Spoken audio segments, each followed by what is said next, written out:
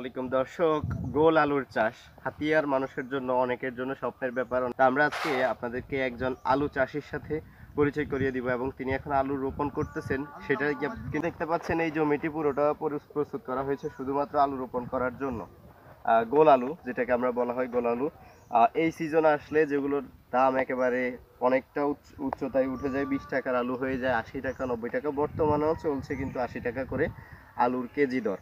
তো আসলে হাতিয়ার অনেক উর্বর জমি রয়েছে, অনেক উর্বর মাটি রয়েছে।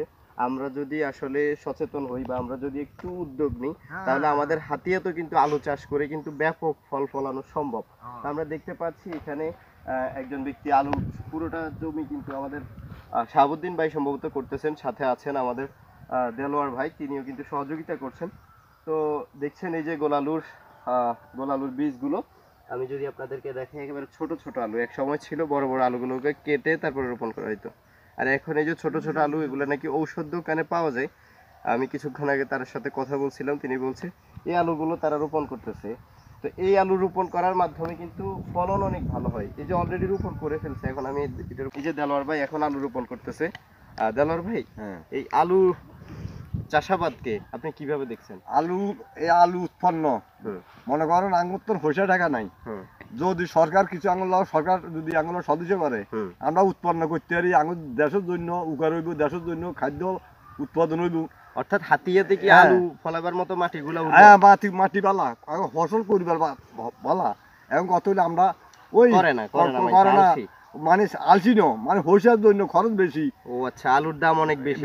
এখন আলু এগুলোর বস্তা করে 3032 বস্তা। দর্শক, 3100 টাকা বস্তা, প্রায় 90 টাকা করে আলুর কেজি পড়ে যাচ্ছে। তো সেই হিসেবে আসলে কৃষক চাষাবাদ করতে কষ্ট হয়। আচ্ছা, আলুর ফলন কিরকম হয়?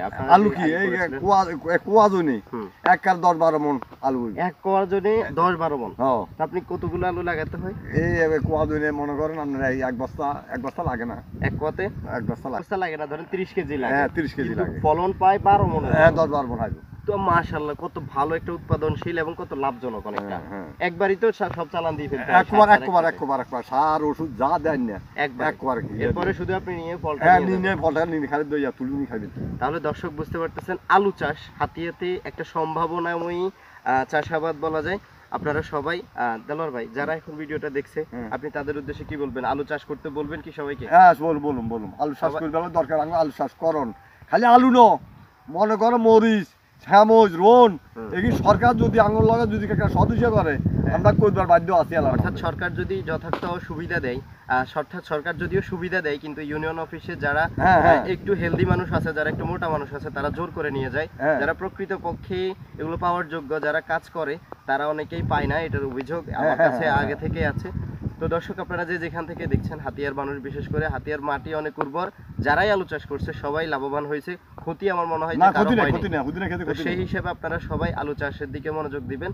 এই কথা ব্যক্ত করে আমি আজকে এখানে শেষ করছি। আল্লাহ হাফেজ।